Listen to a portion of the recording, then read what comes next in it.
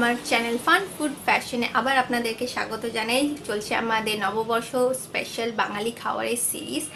আজকে যে রেসিপিটা আমি নিয়ে এসেছি সেটার নাম শুনলে তো আর আপনারা থাকতে পারবেন না। শুনবেন কি নাম? কাকড়ার ঝাল। কি একদম সবাই এক্সাইটেড, মানে জিভে জল চলে এসছে, জাস্ট ওয়েট করতে পারছেন না। জানি কাকড়ার নাম শুনলেই আমাদের বাঙালিদের, কাকড়ার ঝাল স্পেশালি নাম শুনলেই বাঙালিদের জিভে একদম টপটপ করে জল পড়া শুরু করে দেয়। তো সবারই সেটা হচ্ছে, আমি বুঝতে পারছি, আমার নিজেরও হচ্ছে।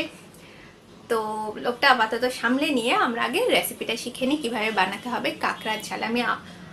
আমি কীভাবে কাকড়ার ঝাল বানাই সেই রেসিপিটা আপনাদের সঙ্গে শেয়ার করব। অনেকেই হয়তো বানান অন্যরকমভাবে, তো এটা আমার ভার্সন আমি আপনাদের সাথে শেয়ার করছি। আর এইটা কিন্তু দুর্দান্ত খেতে হয়, মানে একবার যদি ট্রাই করেন, যখনই আপনারা কাঁকড়া আনবেন এই রেসিপিটাই ট্রাই করবেন। তো আর বেশি কথা না বাড়িয়ে আমি শুরু করব, কিন্তু তার আগে আপনারা যদি নতুন হন করে নিন আপনার কাজ, সাবস্ক্রাইব বাটনটা প্রেস করে সাবস্ক্রাইব করে ফেলুন আমার চ্যানেলে। তার সাথে সাথে বেল আইকনটা প্রেস করে দিন যাতে আপনারা সমস্ত নোটিফিকেশন পেয়ে যান আমি যত ভিডিও আপলোড করব পরবর্তীকালে। তার সেই সঙ্গে লাইক করে ফেলুন। লাইক তো এটাই করতে হবে, কাঁকড়ার ঝাল বলে কথা, লাইক ছাড়া কি চলে? তার সাথে সাথে বন্ধুদের সাথে শেয়ার করুন, ফ্রেন্ডস অ্যান্ড ফ্যামিলির সাথে শেয়ার করুন, কমেন্ট করে জানান কেমন লাগলো। আর বেশি কথা না বাড়িয়ে এবার আমি শুরু করে ফেলবো কাঁকড়ার ঝাল রেসিপি। চলুন দেখে নিই কীভাবে বানাই এই লোভনীয় খাবার।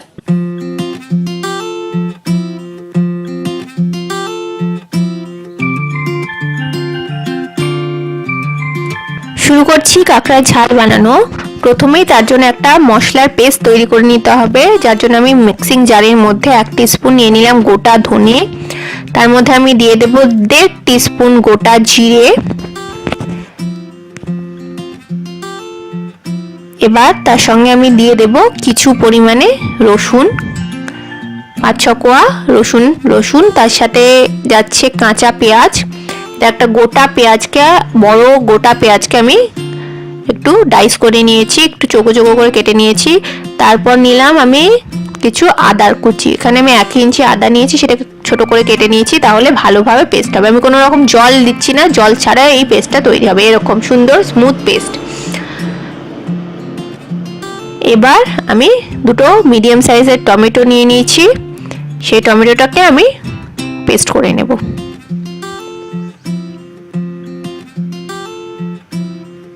পেস্ট তৈরি হয়ে গেছে, এবার শুরু করা যাক আমাদের আসল রান্না। প্রথমে একটা কড়াইয়ের মধ্যে আমি 2 টেবিল স্পুন নিয়ে নিলাম সর্ষের তেল। গরম হয়ে গেছে, ধোঁয়া উঠছে, এরকম ধোঁয়াটা গরম তেলের মধ্যে ছেড়ে দিলাম আলু। একটা বড় আলু নিয়ে সেটাকে আমি এরকম মোটা মোটা করে স্লাইস করে নিয়েছি। আপনারা আপনাদের ইচ্ছে মতো আলুর সাইজ করতে পারেন, বা আলু নাও দিতে পারেন না চাইলে। এখানে দিয়ে দিলাম আমি একটু হলুদ গুঁড়ো আর নুন, এই 1/4 টিস্পুন মতো হলুদ গুঁড়ো আর 1/4 টিস্পুন মতো নুন দিয়ে দিয়েছি। এবার ভেজে নেব একদম লো আঁচে, লো ফ্লেমে আমি এটাকে 5-7 মিনিট ভেজে নেব, যাতে এটা অর্ধেকটা মতো কুক হয়ে যায় বা রান্না হয়ে যায়, সেদ্ধ হয়ে যায়। এবার এগুলো হয়ে গেছে, এটাকে আমি একটা প্লেটের মধ্যে তুলে নিচ্ছি। এবার এই তেলের মধ্যেই ছেড়ে দেব আমাদের কাঁকড়াগুলো।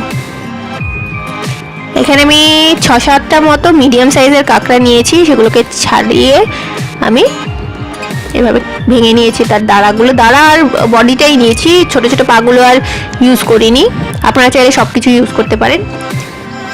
এবার এগুলোকে আমি হাই ফ্লেমে 5 মিনিট মতো ভেজে নেব।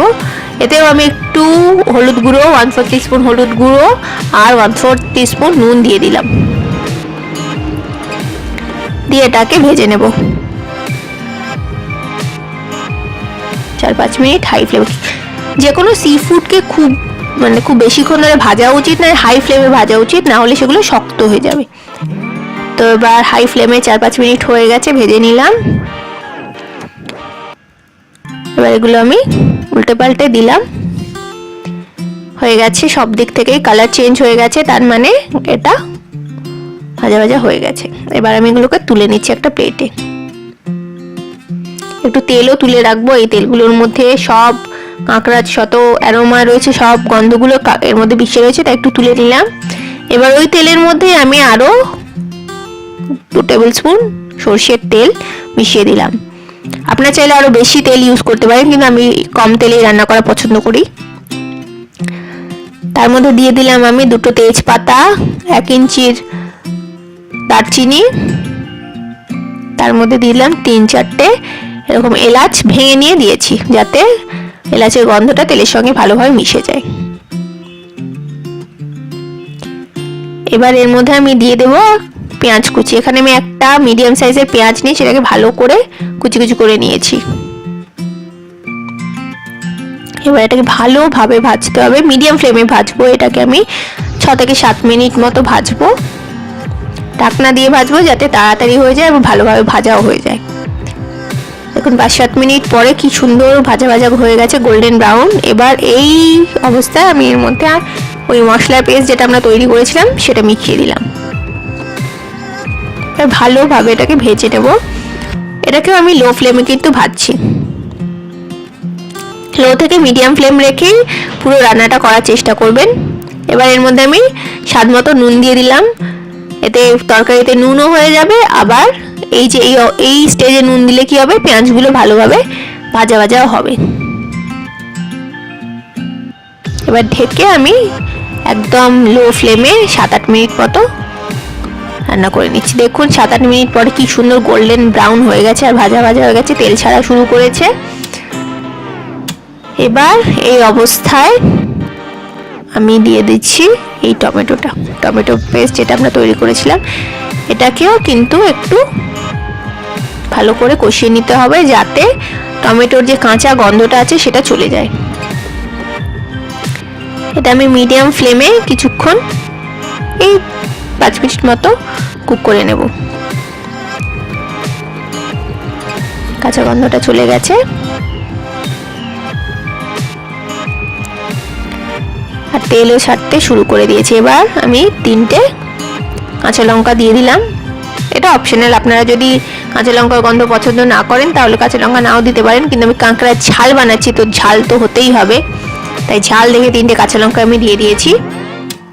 এবার এর মধ্যে দিয়ে দিলাম ভেজে রাখা আলুগুলো, কারণ আলুগুলো তো অর্ধেক সিদ্ধ হয়েছে, পুরো সিদ্ধ করার জন্য এই স্টেজেই আমাদের আলুগুলোকে দিয়ে দিতে হবে। এবার দিয়ে দেবো গুঁড়ো মশলা, 1/2 টিস্পুন আমি দিলাম হলুদ গুঁড়ো, তারপরে দিয়ে দেব 1 টিস্পুন লঙ্কা গুঁড়ো। আপনারা চাইলে কম দিতে পারেন, কিন্তু কাঁকড়ার ঝাল বলে কথা, ঝাল ঝাল না হলে কি আর চলে, তাই আমি 1 টিস্পুনই শুকনো লঙ্কা গুঁড়ো দিয়ে দিয়েছি এবং ভেজে নেব লো ফ্লেমে, যাতে মশলাগুলো পুড়ে না যায়। মশলা কষানোটা প্রচণ্ড ইম্পর্টেন্ট এই ঝাল বানানোর বা কষা বানানোর সময়। যত বেশি ভালো করে মশলা কষাবেন তত ভালো টেস্ট হবে। এবার আমি জল দিয়ে দিচ্ছি 1 কাপ মতো, ভালোভাবে মিশিয়ে নিচ্ছি, সাইডগুলো কেচে নিচ্ছি কারণ সাইডে সমস্ত মশলাগুলো লেগেছিল।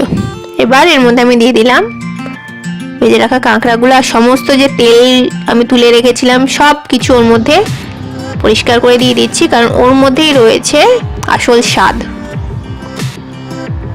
এবার মিশিয়ে দিয়েছি। লাস্টে দিয়ে দেবো আমি 1/2 টিস্পুন মতো গরম মশলা। এখানে আমি শাহি গরম মশলা ইউজ করছি, আপনারা চাইলে যে কোনো নর্মাল গরম মশলাও ইউজ করতে পারেন। আমার মনে হচ্ছে আর অল্প জল লাগবে, তাই আমি এখানে আর 1/4 কাপ মতো জল দিয়ে দিলাম, মিশিয়ে দিলাম। এবার এটাকে আমি ঢাকনা দিয়ে হাই ফ্লেমে মিনিট 8 থেকে 10 মিনিট মতো এটাকে হাই ফ্লেমে রান্না করব, যাতে ঝোলটা ঘনও হয়ে যাবে আর কাঁকড়াটা সেদ্ধও হয়ে যাবে পুরোপুরিভাবে। দেখুন 7-8 মিনিট পরে 8 থেকে 10 মিনিট হয়ে গেছে। এবার দেখুন ঝোলটা কিভাবে শুকনো হয়ে গেছে। এই ঝোলটাই ঠিক আছে আমার পক্ষে, কারণ এরপর এটা টেনে যাবে আর গা মাখা হয়ে যাবে। তো আমি নামিয়ে নিয়েছি। এই তৈরি হয়ে গেছে আমাদের কাঁকড়ার ঝাল। এবার এটাকে গরম গরম ভাতের সঙ্গে পরিবেশন করুন আর জমিয়ে ফেলুন আপনার নববর্ষের দুপুর। পরিবারের সবাই খুশি হয়ে যাবে, চেটে পুটে একদম খেয়ে নেবে, জমে যাবে নববর্ষ। আর আমার ভিডিওটা যদি ভালো লাগে তাহলে লাইক করুন, শেয়ার করুন, কমেন্ট করুন আর আমাকে জানান। Thank you.